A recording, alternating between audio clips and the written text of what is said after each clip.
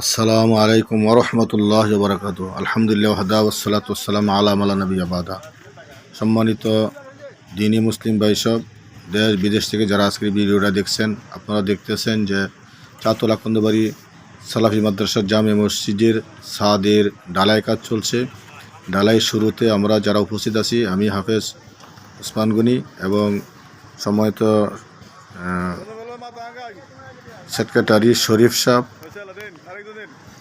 এবং সম্মানিত সভাপতি ফারুক সাহেব, কেশিয়ার সালাউদ্দিন সাহেব, মোজাম্মেল ভাই সহ আরও অনেক উপস্থিত আছেন।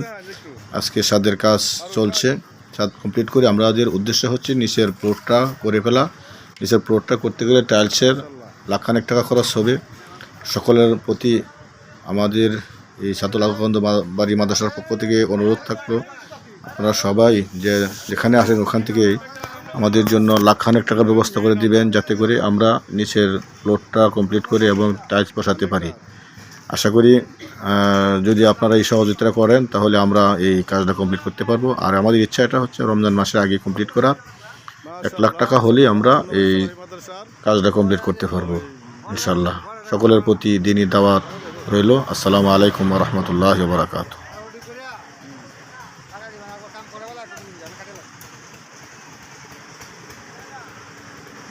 এই ডালটা কি কোনো সমস্যা হইব?